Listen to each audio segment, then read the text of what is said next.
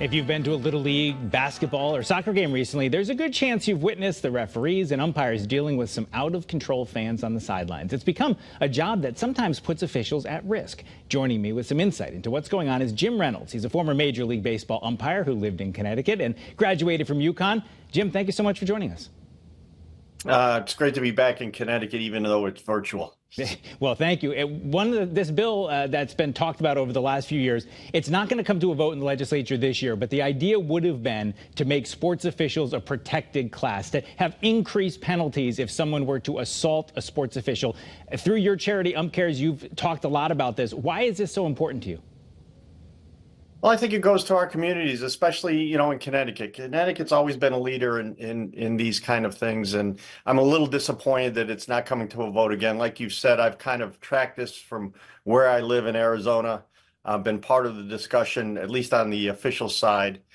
And again, it's disappointing, but I think this is really important because it's affecting our communities, right? I was lucky enough that I grew up in Wethersfield. I played town sports my whole life. And, one of the things as a kid, and I have a little 14-year-old boy at home here in Arizona, and it's just not Connecticut, right? This is a nationwide thing that's going on. I remember, practicing all week for baseball and then having my games and practicing all week for my midget football and playing Saturday at Wethersfield High School and those kind of things. And one of the things that's happening with the ecosystem in which amateur officials are having to work in now is just this overwhelming negative aspect of what they're getting from coaches and parents, especially in the environment in which they have to work in. And we have lost somewhere around 60 to 70,000 amateur officials nationwide because of this. It's not, everybody talks about, oh, these guys, some guys are out there trying to cash a check. These are men and women that are trying to give back to the community. And one of the things that I was going to say, and, I'm experiencing this with my son, we practice all week and we have a game, right? But now because of the officials are getting out of it, they do this to support the communities. They don't do it for the money. They want to give back to the towns, to the kids. And one of the things that's going on now at an epidemic rate is we're getting games canceled. And now my son practices all week out here and he's got a soccer game and Saturday, and we get the call Friday night, hey, we don't have any officials, no game, or we're going to postpone it. And there's a trickle-down effect, and it's really affecting our communities. Well, and certainly we've seen it here. Our partners at CT Insider say 20% of youth officials in Connecticut have left over the past few years. So certainly it is a big drop in the numbers. So why do you think it's important to make that a protected group? I mean, it's similar to what they do for some emergency responders like firefighters or EMTs. If you were to assault one of them, it would be a heightened charge. You think the same thing should apply to umpires? Absolutely. Umpires, basketball officials, all the officials in the state that are trying to provide a service so the kids can play. I think it's important because ultimately, whether you're a fan of officials or not, most people aren't.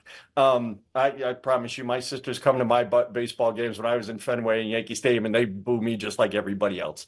But at the end of the day, if you have kids and you think town sports is important, if you think youth sports is important, we got to do something. I'm not sure what the impact will be at the end of the day, but I think it could help curb the violence. And we on the umpcare side, because we're a very visible part of the Major League umpires, we are getting emails sent from people all over the country every day about different assaults. And it's not only the physical assaults. I can't tell you how many stories I've heard of people being intimidated, right?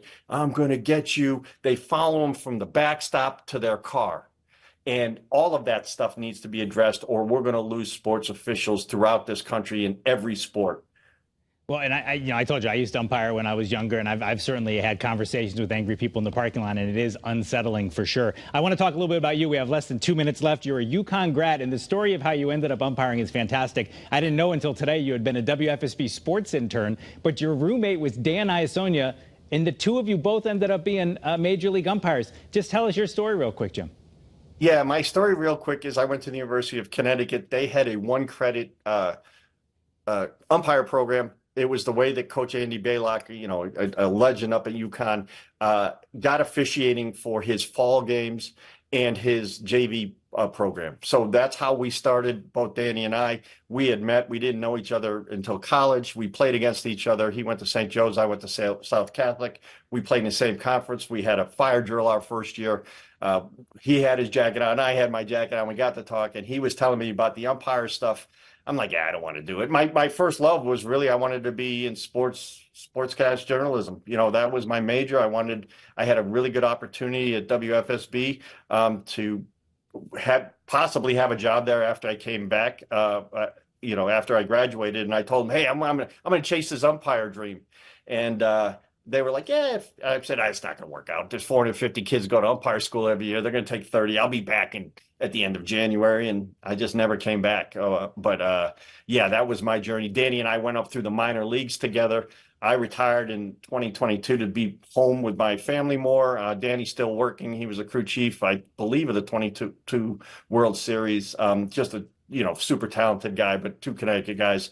Love our state. Love University of Connecticut. We're very grateful for the atmosphere and the encouragement we've always gotten. Well, and you mentioned Dan's accomplishments. You also were an umpire in a couple of World Series, a couple All-Star games. You were at second base in a Roy Halladay perfect game. Some pretty cool career accomplishments.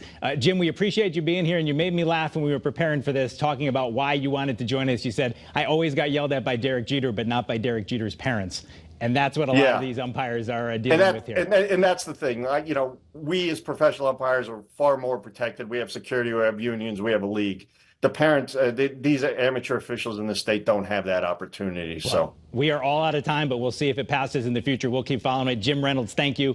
That is CT24 for this week. CBS Sunday Morning is coming up next. Have a great rest of your weekend. We'll, of course, meet you back here in Studio A next Sunday morning.